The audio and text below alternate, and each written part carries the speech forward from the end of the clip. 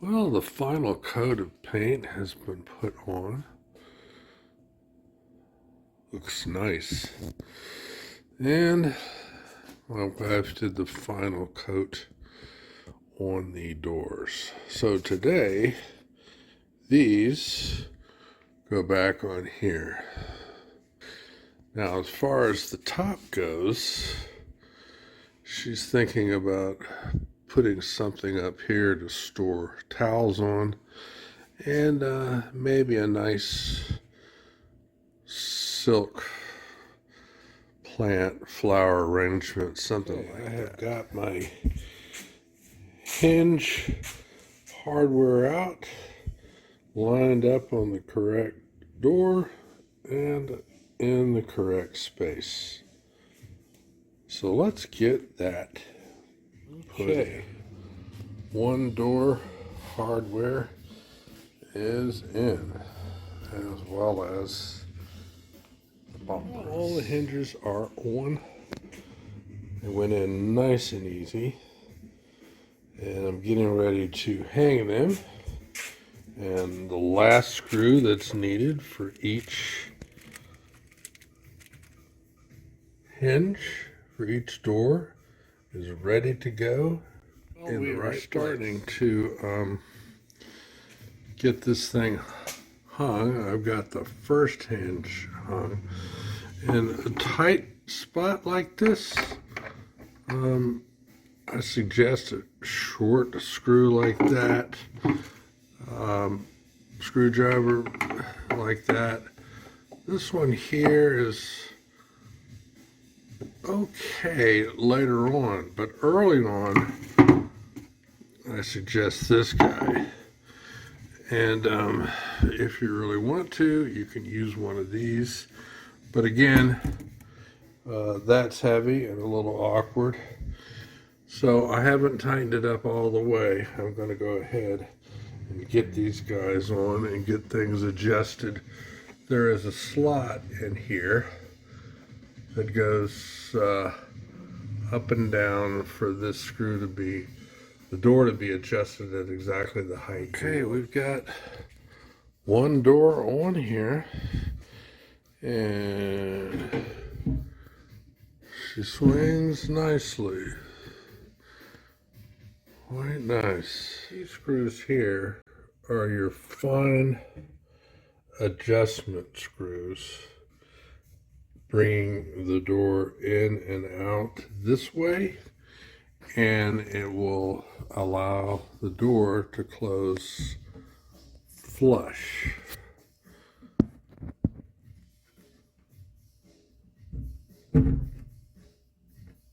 So we're right at where it needs to be. I've got the left door on, but I need to do some minor adjustments. It closes nicely, so we're good there. But we are not exactly even here. So I'm going to go back in, loosen these guys up some, and tap this door down just a little bit. Old trusty rubber mallet, and tap on this corner here. Now we're even new today with cabinet hinges. Even though I had the height right here, the spacing here was not the same as the spacing at the bottom. The bottom was wider and the top was narrow. So I played around with these screws here, and they move the door this way and that. So I was able to get my spacing looking good. Look at it from the distance. Yeah, I like that. And also got the height where I wanted it.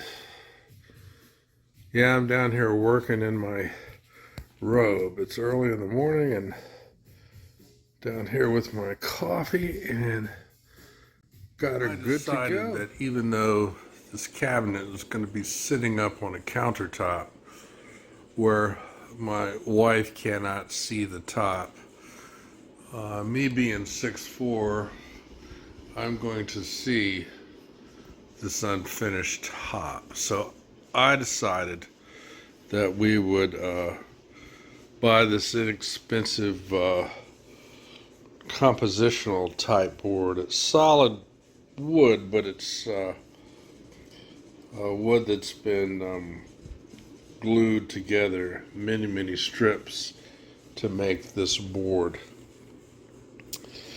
And we've gone ahead and primed and painted it, and eventually this board is going to go on top of here. Now we're going to have to cut it to fit over there, and that's fine.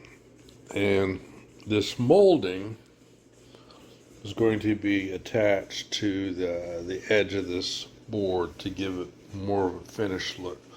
All pretty simple. The sort of very basic scroll of the molding was selected to go with this very basic kind of design on the cabinet doors.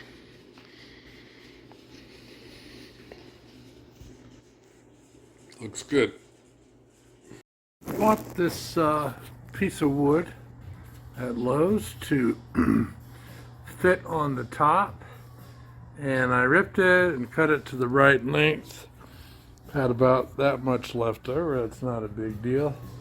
And I have gone ahead, sanded the edges, as you can see, and I am installing it right now on the top. I only have, maybe 1, 2, 3 screws left to go, and it will be on. Now let me show you the molding, how it's going to look.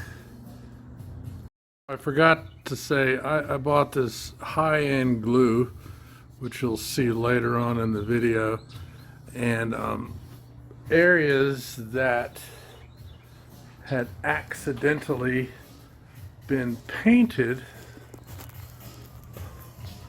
I went ahead and sanded that off because I want the glue to be wood on wood. So the trim, the molding, is going to go on the front and the sides. This is an area I filled with some wood putty. We'll sand that down later. So let's take a look at the trim here.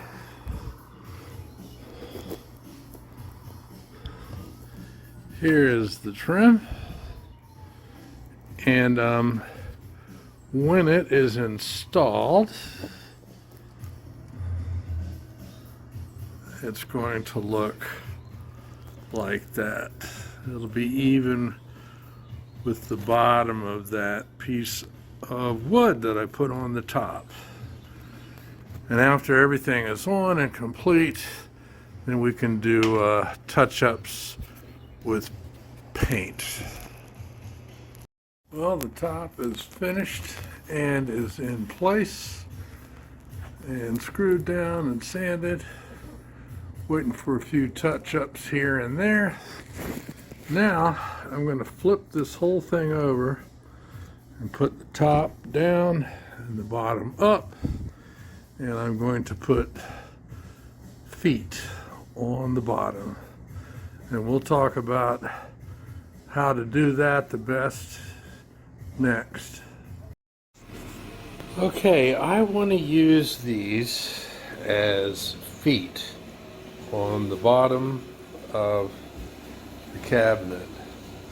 Marking where they're going to go is going to be a little tricky, but I have taken a pencil and put it on my grinder to make a very thin point to get in here and mark. So let me do that.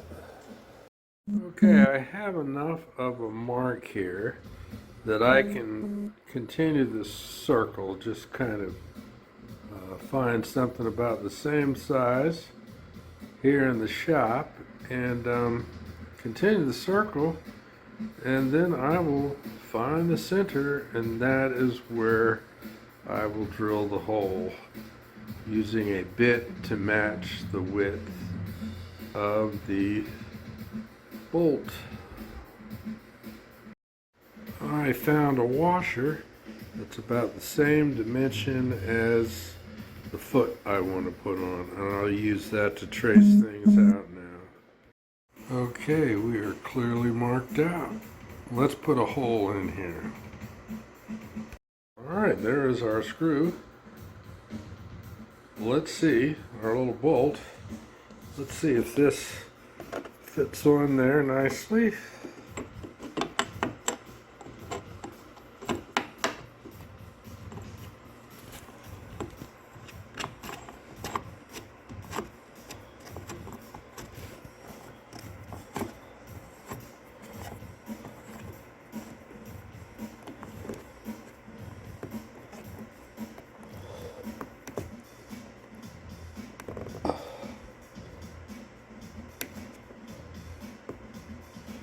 Nice and tight. I could hold it and tighten the bolt up a little more, but it's really not necessary. This will do just fine. So I'm going to repeat that same operation in all four corners. Flip her over, see how she looks once I get done. Do the other three a little different.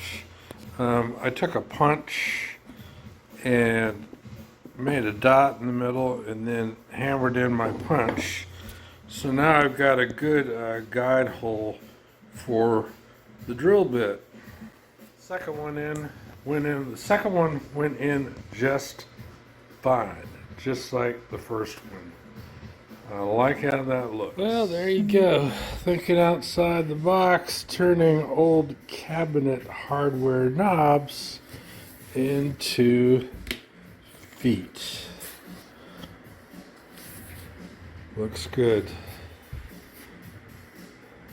Totally functional. Cabinet is coming along nicely. Got the nice top on, which we will add the molding to later on. Like I said earlier, I've got some super duper amazing technological glue coming that will help me knock out putting the molding on literally in seconds. It'll be cured and ready to go. And as far as how things look with the feet, there they are. They're not real noticeable, but they do the job.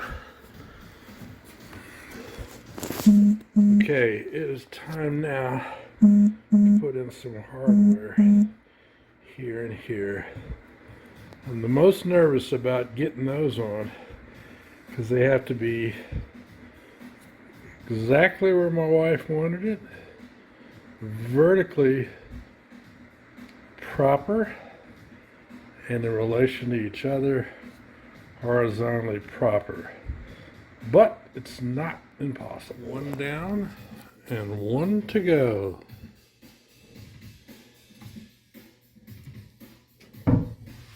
Hallelujah. I've got those puppies on and they look good. The screws were a wee too long for this thickness here, and I didn't want to go through cutting the end of the screw off and hitting it on the grinder and all that, and so I just did the quick and easy. My wife said using these washers from Sink Repair would be just fine. Now the drill bit going through made these little marks, so we can paint over those, or we cannot. They'll be just fine. I'm pretty satisfied with what we've got so far. Yeah, I'm looking to cutting the trim or the molding for the top tomorrow. Let's hold that up again and see what that'll look like. Okay, that's pretty much what we're going to look like. Let me level it out. Yep, it'll look like that. So that's tomorrow. I'm kind of burned out.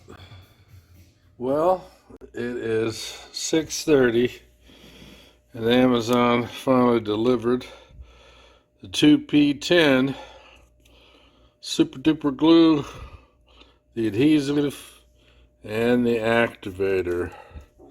And this stuff is really miraculous. It sets up really quick, and it's got a super duper bond on it to where if you put together wood like that with the glue, you cannot pull it apart. And if you take a hammer to it, the glue will stay intact, but the wood will break on either side of the bond. Yeah, it's the good stuff. And that's what we're going to be using to put the trim on the cabinet. And then a little bit of touch up, and we will be done. And it'll be time to move it up into the bathroom. Well, the length I need on the smallest dimension of this molding on the side is 12 7/8. But I've decided with cutting the miter and all that, and anticipating waste or error, I've gone ahead and cut this piece 14 inches. I've got my mortar angle set at 45 degrees, and we're going to get that saw lined up with this top edge cutting out in this direction. Okay, here's what she looks like. Let's see how that fits now. Okay, lining it up with the back. That looks pretty good. I'm getting ready to do my gluing with 2P10. It's 2-part 10-second adhesive, bonds in 10 seconds and fully cures in 30 seconds. With a 4,000 PSI in both tensile and shear strength. Okay. Always wear gloves. Yeah, I'm doing that. So, basically pretty straightforward. Let's see what we have here. Apply 2P10 activator to one surface. Apply 2P10 glue to the other surface. Now this picture is a little misleading as far as the activator being in a tube. Actually, what we've got going here is the activator is in a spray can. So, what I am going to do is I'm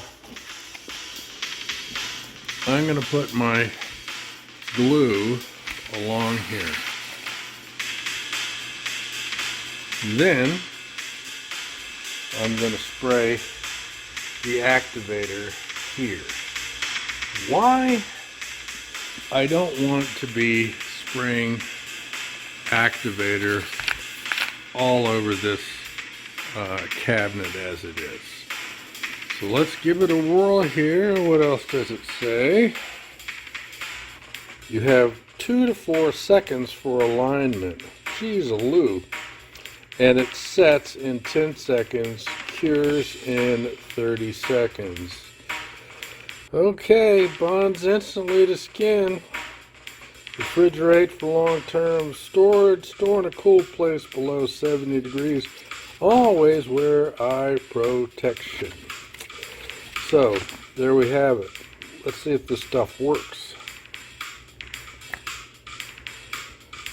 So, here is the activator in this spray can. And here is our initial adhesive. I'm going to go to it. The non-activated glue is sprayed or applied here along the edge. Sorry about that. And I smeared it around with the tip of the bottle so I didn't have any big gobs dripping down. So let's get the activator on, and then I'm going to press this in place. I won't be filming that because I only have 2 to 3 seconds to get it in place. Okay, here we are spraying on the activator. Get a good amount of that. And let me tell you, it was a little too high when I first put it on. I barely was able to slide it down to get it in line with the bottom edge of the board. I mean, within 2 seconds, this stuff was setting up. So, looks great. Time to cut the other piece. All I need for the front is 30 1/16. But to play it safe, I'm cutting this at 32 inches so I can get my miter angles just right to cover the whole front. My first miter cut as I check it out here. Let me get it lined up. Oh yeah. Now I have to be careful and cautious how to cut this one. Okay, I've got my 45-degree angle set for the opposite end, and I will be bringing down the saw blade so we're outside, so the kerf is to the outside of this black pencil. Let's see if she fits.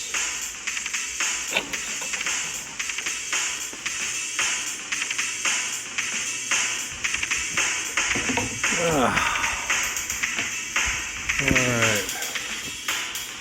We got it pretty much lined up there. I like that. But that's good to me. We're going to be squeezing out the adhesive. It's already got a nice dispensing hole. No need to cut it.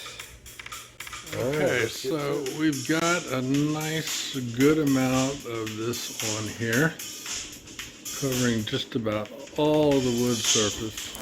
And it's good to have a little cloth with you to take care of any drips you might have. All right, let's get the activator. Now I recommend for a piece this long, 30 some inches, that you have a friend help, because you trying to hold it here and get it right here and get it right here, by the time you eyeball it and press it and all that, it's going to be too late. It's going to be stuck where you don't want it stuck. So have a friend, get things lined up and ready to lay down lengthwise, and then you bring it down right to where you want it. Hold it, hold it, hold it, hold it, hold it, And it's good to go. It's ready. I love this stuff. I saw a professional cabinet builder, kitchen remodeler using it, and I said, oh yeah, I'm getting that stuff. All right, time for the last piece to be cut and mitered. I'm gonna take the eraser and get rid of that pencil.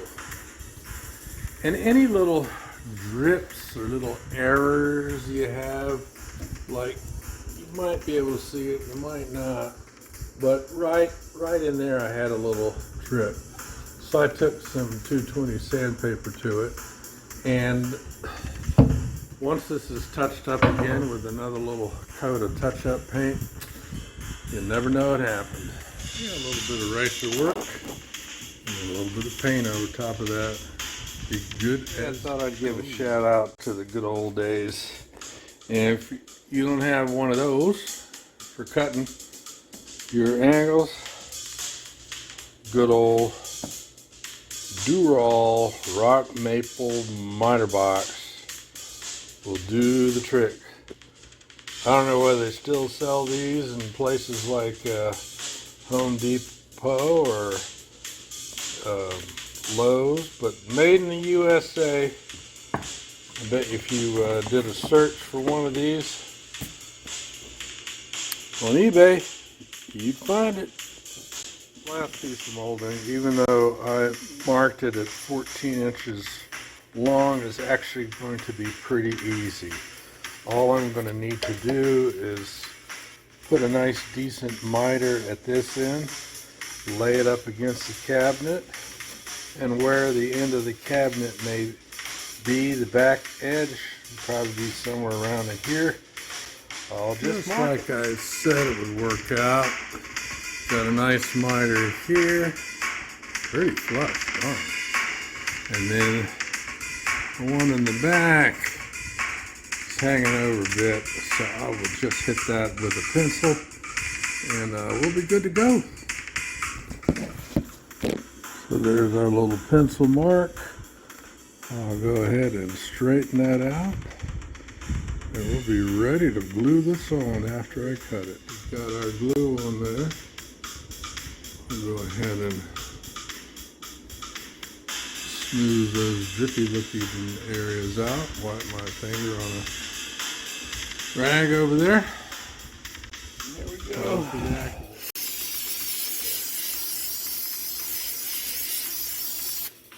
I don't mind putting a lot on there because I want it to do the job. Is just as good as they advertised. Man, oh man, did it work good. And here is our finished product. It's my first time cutting molding on my Chicago Electric Power Tool 10-inch miter saw, and it worked very well. I like how this miter came out. I'm happy with that. So my wife's going to go back over and do some touch-ups with paint. She'll be covering these screw heads and the back of the miter that's sticking up, and this area here, she'll be painting that as well as this guy. And once that's done,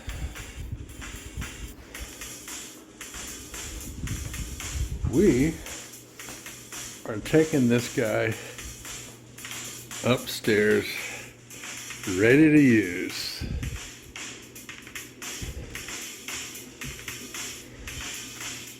Very, very nice.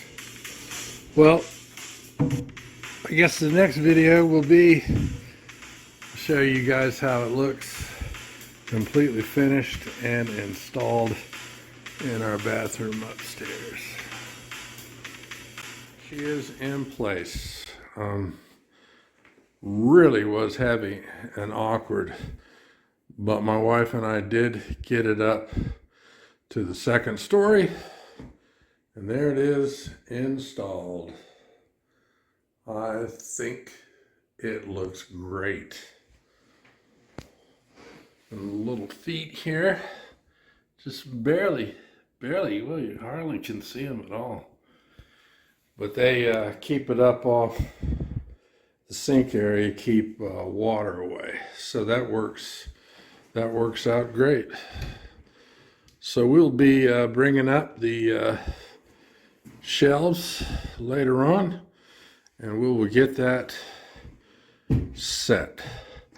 So from a very ugly and tired cabinet, we now have this really nicely restored, sanded and painted, tricked out a little bit with molding and nice hardware. Really satisfied. And you can do the same thing too. Good luck.